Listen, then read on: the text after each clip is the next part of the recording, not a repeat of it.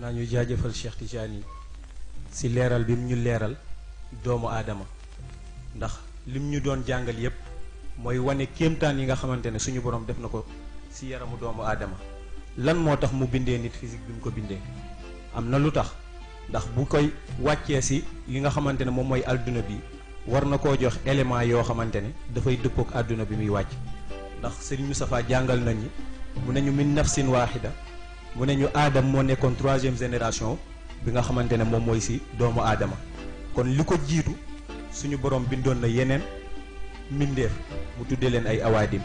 mais ñoom si ban bu dof lañ leen bindee moo tax li mu tudd si mutation ak évolution te mu dellu si li nga xamante ne moom mooy espèce mais mu teg si baat bu am solo mu ne nit ki balaa ñuy wax si moom évolution foog mu xam fu mu jugee mais aussi foog mu xam fa mu jëm pour mu xam fa mu jugee xam fa mu jëm foog mu xam éléments yi ko composé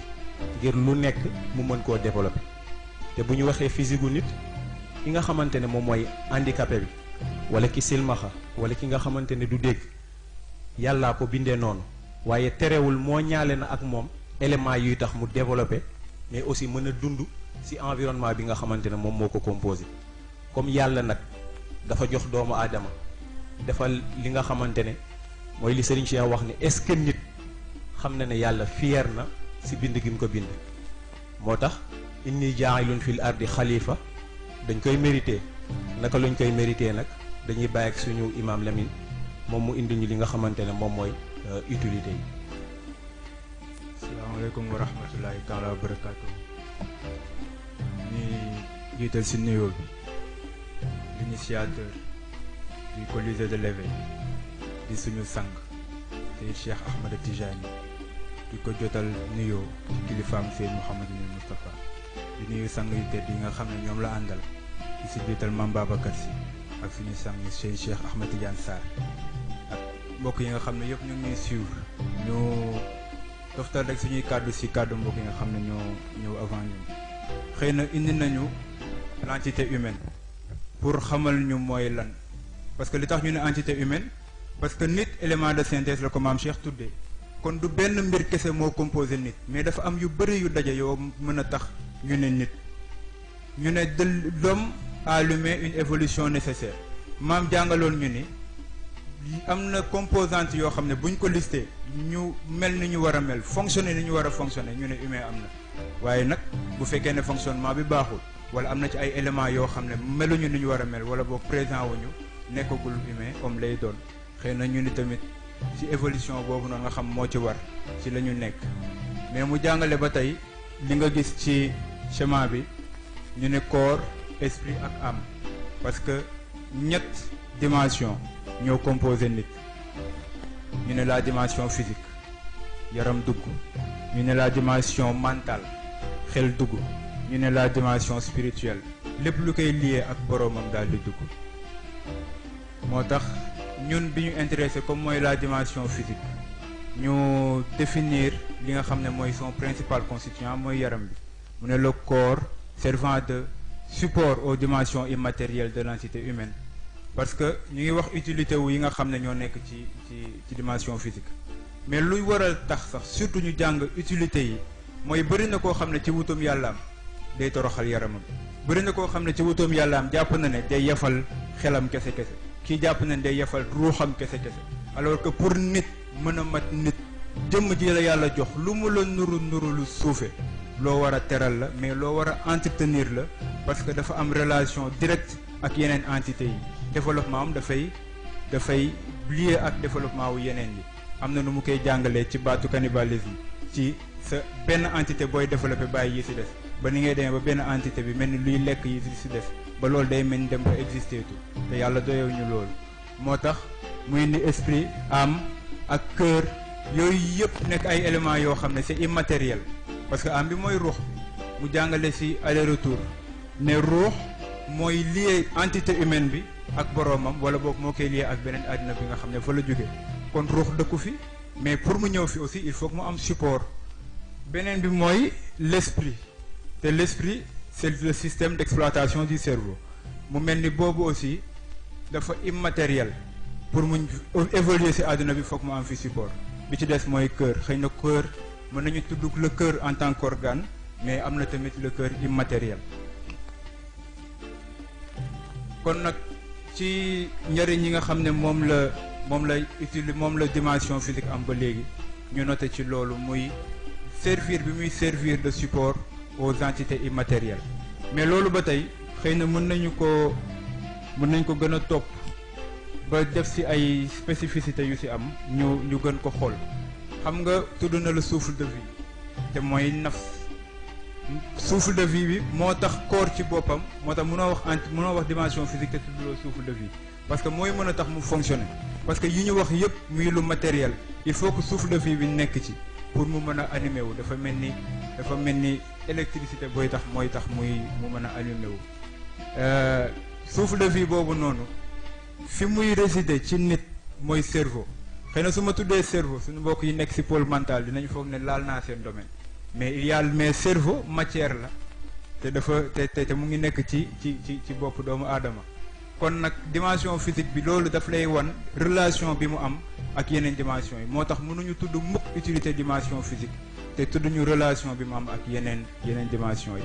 mu mel ni cerveau boobu noonu ni mu abrité souffle de vie noonu la abrité esprit, noonu la abrité subconscient, noonu la abrité le conscient, et cetera. yooyu noonu yëpp c'est immatériel. pour mu mën a accompagner nit il a fallu que mu am un support boo xam ne ci lay nekk.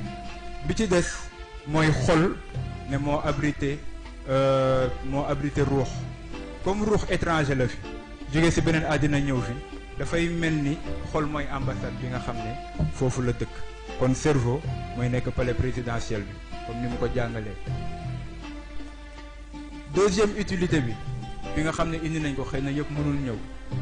mu ngi dellu ci les sens yi nga xam ne moom la nit am. xëy na dinañ tudd sens bu nekk am na organe bu mu liyeel. gis nañ fi loxo muy représenter der, muy l'organe du toucher, wala boog l'organe de la peau mu yore sensu toucher. gis nañ fi bët mu yore sensu gis maanaam vue. ñu gis làmmiñ mu yore sensu goût. ñu gis bakken mu yore sensu odorat. ñu gis nopp mu yore luy maanaam dégg. organe bi mën nañ ko làmb daj ko, mais sens bi lu ñuy làmb daj ko lu ñuy yëg la. mais njëriñ bi ñu am mooy lan bu dul woon sens yooyu noonu ak seen ay organe kon nit information yi mu soxla ci environnement am du ko mën a am. information yooyu noonu sens yi nii li koy coordonné ci nit wala li ko régir ci nit am na ñu ko tuddee la faculté sensible, nga xam ne sens yëpp foofu lay dellu moo koy doxal. mais faculté sensible boobu noonu pour mu jariñ la il faut que information yi muy jël aussi mu transmettre ko yeneen faculté yi nit am. mu mel ni tudd nañ la faculté imaginative, tudd nañ la faculté intellectuelle, tudd nañ la faculté cogitative ak beneen faculté bi nga xam ne nag moo leen féete kaw. benn bu ci nekk am njëriñ mais benn bu ci nekk dépend ci yi ci des. bu dee li nga xam ne moom la sens yi di jox da koy jox la faculté imaginative, parce que dañuy wax ne nit mënul imaginer lu mu musul gis, mënul imaginer lu mu musul dégg, mënul imaginer loo xam musu ci am expérience. ba di la wax ne la waruloo sax imaginer nu yàlla mel, parce que li nga mës a gis, li nga mës a dégg, li nga mës a am expérience yëpp amul ci monde sensible bi amul ci dara lu duroog yàlla. moo tax ñuy bañ nga koy imaginer, parce que imagination sens yi ñoo koy dundal, ñooy tax mu mën a développé wu. xale bu ndaw a ndaw di soog a juddu imagination am demeegu fa noonu, booy màgg ci lay mën a développé parce que am nga tuuti expérience ci say sens. mais imagination boobu li muy njëriñam mooy dafay dimbali sa faculté intellectuelle mu daal di faculté intellectuelle bi dimbali faculté cogitative bi yéeg. dama bañ a dugg ci dimension mentale bi ak bi ci des. mais pour nga xam ne physique bi lu mu doon nduru la lu suufe daf ci am lu bëri loo xam ne ci immatériel, ay dimension yoo foo ne moom nga jàpp ne ñoo féete kaw yu ci dépendre. xëy na bi ñuy jeexalee ci njëriñ yi nga xam ne moom la dimension physique am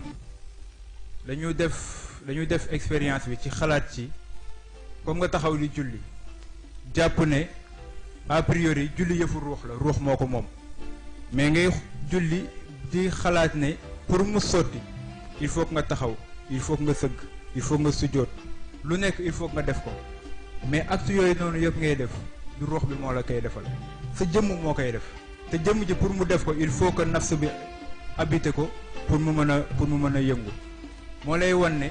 jëf ji yàlla di xaar ci yow fii ci kaw suuf bu dul sa dimension physique doo am base boo ko defee si njëriñu jëf boobu noonu bala ñuy indi li ñu jàngee ci daara ji dañuy def benn ébauche tuuti si li ñeneen jàng ci beneen daara xëy na mën nañu am lu mu ñu dimbalee ñu dégg ko. dafa am benn boroom xam-xam bu tudd Hannah Arendt dafa bind ci bind na ci philosophie bind na ci leneen mais moom dafa am lu mu critiquer philosophie te mooy jàpp na ne philosophie dafa am lu ñu jiital ci dund bi te mooy la vita contemplativa mooy la vie contemplative te mooy lan il faut un recul du réfléchir ci les origines de la création lan moo régir création bi nekk ci méditation bi moom mu leen di wan ne leen nag vie contemplative boobu noonu dafa am lu ko gën di farata te mooy la vita activa te mooy la vie active ci moom ni mu ko jàngalee te mooy la vie active ndax nee na vie active bi mooy mën a produire résultat mu tënk ko ci ñett benn bi mooy le travail li mu tuddee le travail bi des mu tuddee ko l'œuvre beneen bi mu tuddee ko l'action